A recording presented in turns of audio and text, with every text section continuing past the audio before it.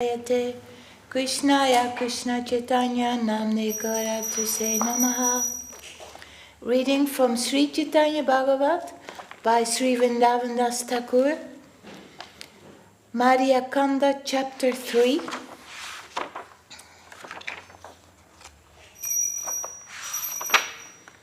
Sri Mahaprabhu and Sri Nityananda meet in Navadvip.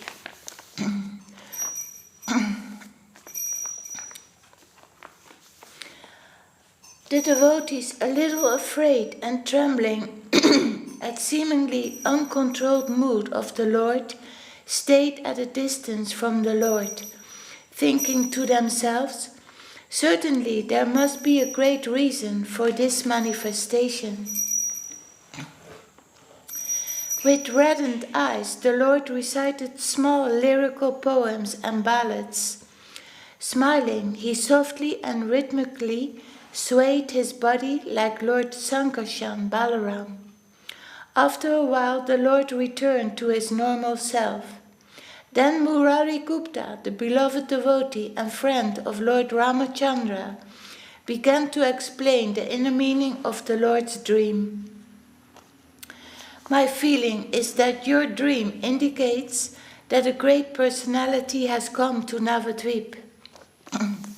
A few days earlier, you have already said that soon we would all meet a great personality. The Lord then said to Srila Haridas Thakur and to Srivas Pandit, go and discover this great personality. On the order of Lord Chaitanya, the two great spiritual stalwarts left and roamed about Navadvip, searching. On the way they discussed, maybe Sankarshan Balaram has come himself. They went about looking everywhere with great happiness, but could not find a single trace of the person they were looking for. After 9 hours of intensive searching, they returned. They humbly submitted their report to the Lord. We cannot find him anywhere. We looked everywhere. We went to the Vaishnavas, spoke to the sannyasis, and visited all the householders. We even went to the houses of the atheists and Mayavadis. Nevertheless, we were unsuccessful. We looked in every house in Navadvip. The only houses we did not see were the ones on the outskirts of Navadvip. Lord Gaurachandra smiled, indicated that Lord Nityananda was a very mysterious personality. In the Lord's presence, incarnation as Sri Krishna Chaitanya, some people want to glorify Lord Chaitanya, but refuse to glorify Lord Nityananda Prabhu. Such a grievous sin is similar to worshipping Lord Krishna Govinda, but not respecting Lord Shiva Shankarshan. But an abominable person will surely be condemned to eternal hellish sufferings. Lord Nityananda's incarnation is very mysterious and confidential. It is impossible for anyone to see him unless and until Lord Chaitanya himself reveals this secret. The spiritual progress of anyone who disrespects Lord Nityananda in ignorance of his sublime transcendental position, inevitably ruined, even if such a blasphemer has superficially attained devotional service to Lord Sri Vishnu.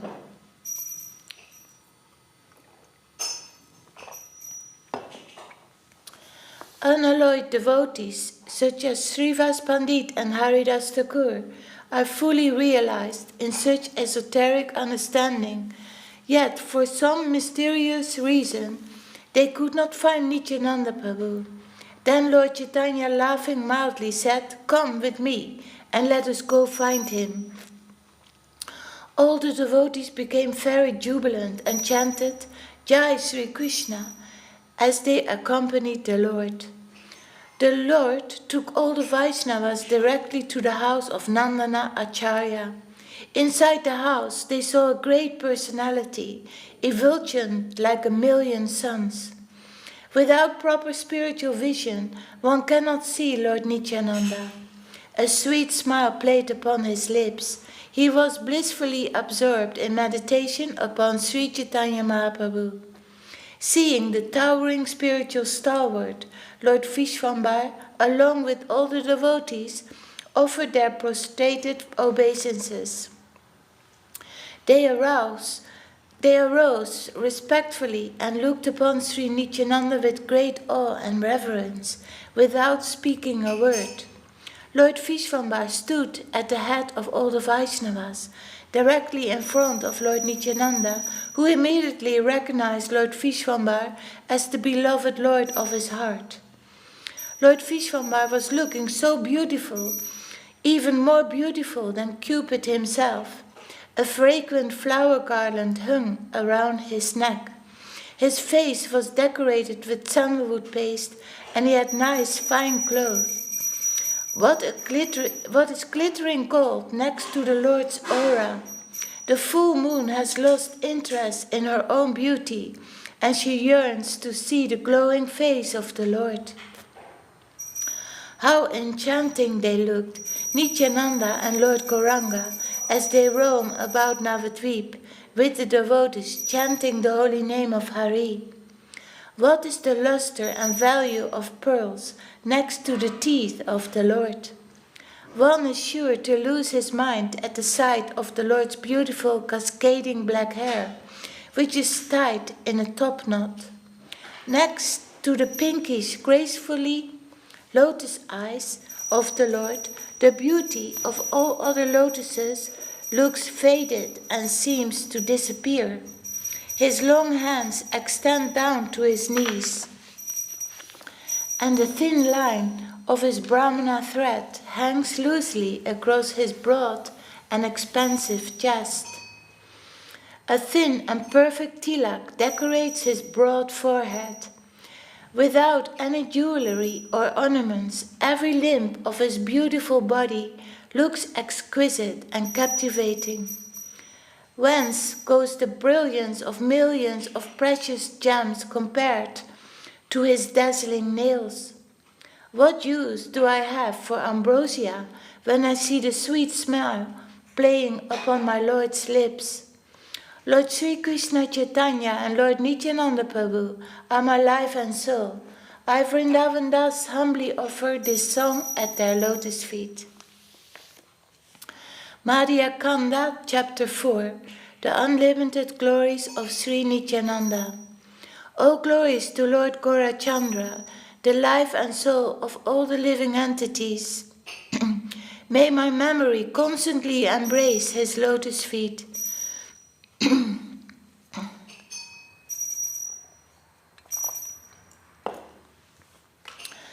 Within his heart, Lord Nityananda was certain that Sri Vishwambar, who now stood before him, was none other than his beloved Supreme Lord. Overwhelmed with bliss, Lord Nityananda Prabhu was stunned in ecstasy. He stared unblinkingly at the beautiful face of the Lord. Upon seeing the bewilderingly beautiful form of the Lord, Nityananda wanted to taste the beauty with his tongue, drink the beauty with his eyes, embrace the beauty with his arms, and absorb the beauty with his nose. To everyone's astonishment, Lord Nityananda stood speechless, completely enchanted by the wondrous splendor of the Lord. Lord Gaurachandra is the supersoul within everyone's heart, therefore he knew Lord Nityananda's heart. Thus Gaurachandra acted to reveal his hidden identity to Lord Nityananda and the depth of Nityananda's devotion to the Lord. Wearing a peacock feather ornament upon his head, flowers blue karnikara on his ears, a yellow garment as brilliant as gold, and a Vajjayanti garland, Lord Krishna exhibited his transcendental form as the greatest of dancers as he entered the forest of Vrindavan, beautifying it with the marks of his footprints. He filled the holes of his flute with the nectar of his lips, and the cowherd boys sang his glories. The Lord indicated to Srivas Pandit to recite a verse from the Srimad Bhagavatam 10:21-5. Srivas understood and immediately recited the shloka, which describes the beauty of Krishna. At that time, Krishna entered the forest of Vrindavan, dressed as the greatest dancers. A peacock feather was threaded into his crown, and his ears were decorated with hanging blue kanikara flowers. His golden yellow dress glistened as he wore the effulgent Vajjayanti jewel around his neck. The land that carries the impression of his lotus feet, the conch shell, disc, lotus, and club, is Vrindavan, his place of transcendental pastimes. To his lips he touched the flute, which filled with nectar as he played an enchanting melody. At the same time, his cowherd boyfriends sang of his beauty and glories. As soon as Nityananda Prabhu heard this verse, he fell down unconscious. While Lord Nityananda lay in ecstatic bliss, Lord Chaitanya exhorted Srivas Pandit, "Recite more, recite more." After some time, Nityananda Prabhu regained his external consciousness and began crying tears of joy. The more he heard the verses, the more they increased his mad love for Krishna. His ecstatic roaring filled the universe and pierced through the covering of this material world. Lord Nityananda leaped up, and as he crashed down to the ground, everyone thought that the bones of his body were smashed. Seeing this, the Vaishnavas became very afraid and loudly uttered, "Krishna, please save him! Krishna, please save him!" Lord Nityananda rolled on the ground, his body covered with tears of love. Long and recurrent sighs escaped his mouth as he looked deep into Lord Vishwambar's face. Lord Nityananda felt great ecstasy, and often he laughed aloud. Sometimes he jumped and danced, sometimes he wrestled, and at other times he hung his head quietly. Lord Gaurachandra and all the devotees began to cry in joy, seeing such total absorption and madness in love of Krishna. It became impossible for the Vaishnavas to hold Nityananda Prabhu still. When the devotees failed, Lord Vishwambar held Nityananda Prabhu in an embrace. As soon as Chaitanya embraced Nityananda, Nityananda immediately became still. The Lord, to whom he was absolutely surrendered, now embraced him. Nityananda Prabhu allowed himself to be held without endeavor. Lord Chaitanya flooded Lord Nityananda with ecstatic tears of love. The arrow of ecstatic love of Krishna had afflicted Nityananda, and Chaitanya held him just as Ramachandra held Lakshman when he lay unconscious, drained of all strength. Both Nityananda and Chaitanya wept, overwhelmed with joy. The intensity of love between Chaitanya and Nityananda can be properly described only by the example of the loving relationship between Ramachandra and Lakshman.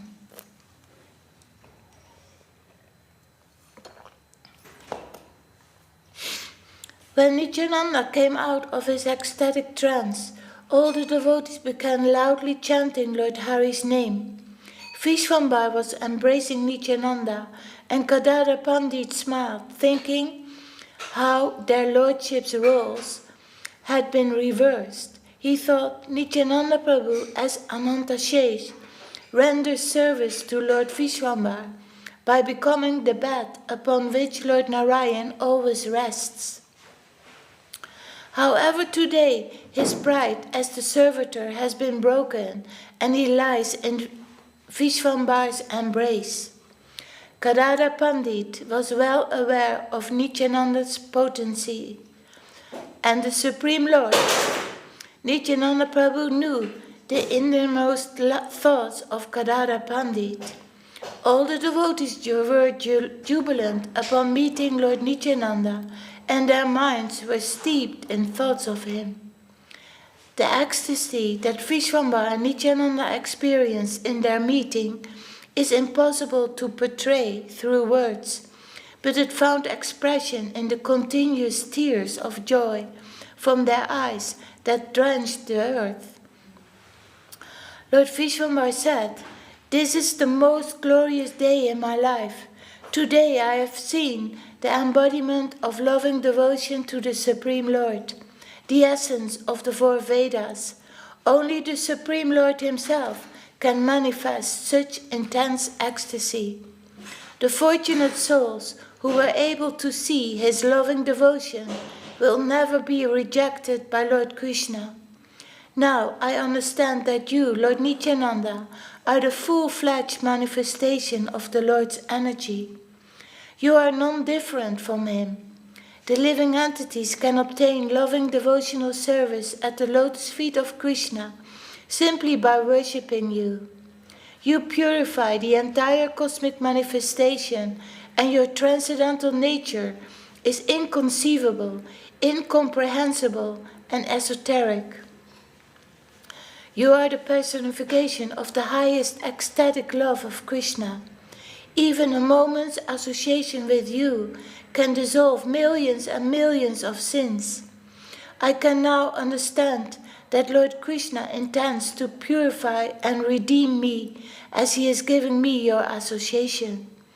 It is my great fortune that I am able to see your lotus feet, and I know that if I worship your lotus feet, then I will surely receive love of Krishna." Unaware of the passing of time, Gaurasundar was absorbed in glorifying Nityananda Prabhu. Nityananda and Chaitanya had infinite exchanges, but they were very confidential, and they conversed in gestures and signals that were known only to themselves. The Lord then asked Nityananda Prabhu, "I'm hesitant to ask you from which direction you have come." Lord Nityananda was always absorbed, and he spoke like an innocent, restless child.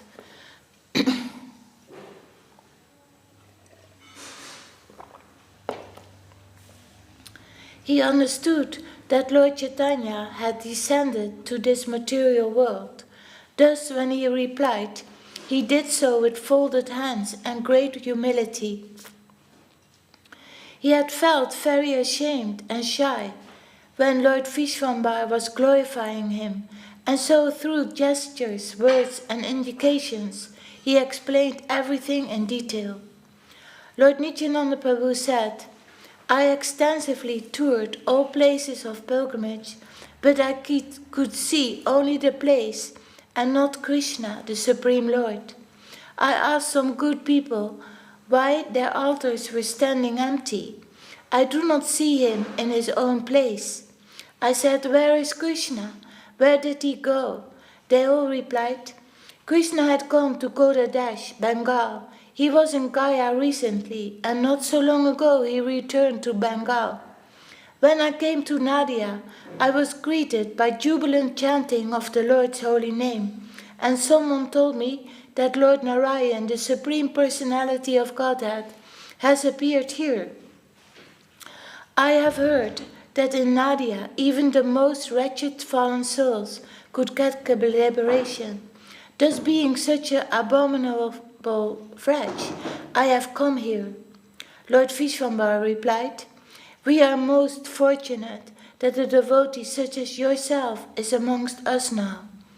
Moreover, we are very grateful to the Lord that today we have seen your ecstatic tears of love of Krishna." Murari Gupta smiled and said, "We cannot enter the confidential discussions between Nityananda and Vishwambara." Srivas Pandit said, "How can we understand? Their intimate exchanges are just like Lord Hari with Lord Shiva. Kadada Pandit said, "You are quite right, O Pandit. They seem to be exactly like Ramachandra and Lakshman." Another Vaishnava said, "They look as if they are two cupids." Someone else said, "They are Balaram and Krishna." Another said, "I don't have much knowledge, but from what I have seen, it appears that Krishna has taken Anantashesh in his arms." Someone else commented, "They are like two friends. Their loving, affectionate exchange is just like the relationship between Krishna and Arjuna." Others were saying, "They seem to know each other very intimately and thus can converse with words and gestures that they alone can understand." Thus the devotees expressed their joy at having Lord Nityananda amongst them, giving them their different opinions. Anyone who hears about the meeting of Nityananda and Gaurachandra is surely freed from material bondage. Jai.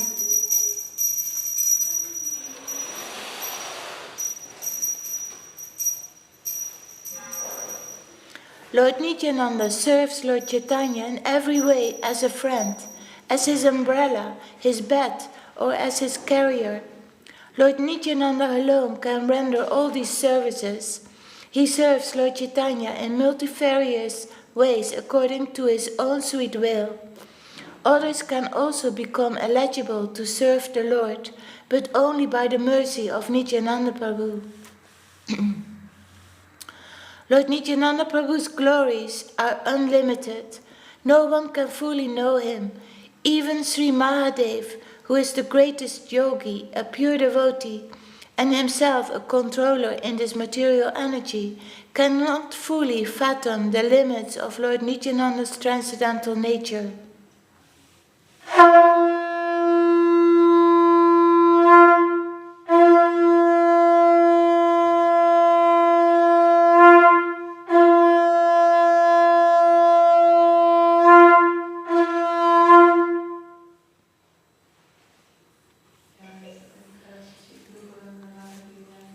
Jai.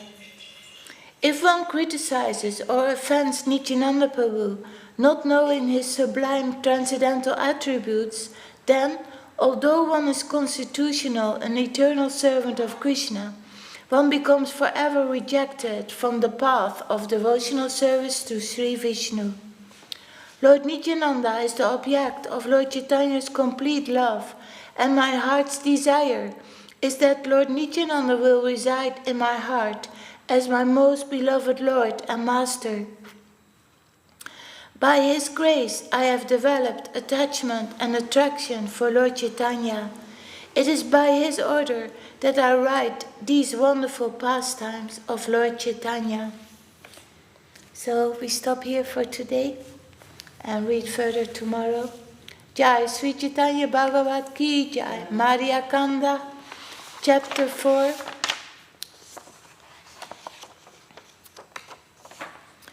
The unlimited glories of Sri Nityananda Prabhu Ki Jai. Jai Sri Vrindavan Das Thakur Ki Jai. Sriman Sarva Bhavanab Das Ki Jai. Jai Srila Gurudev.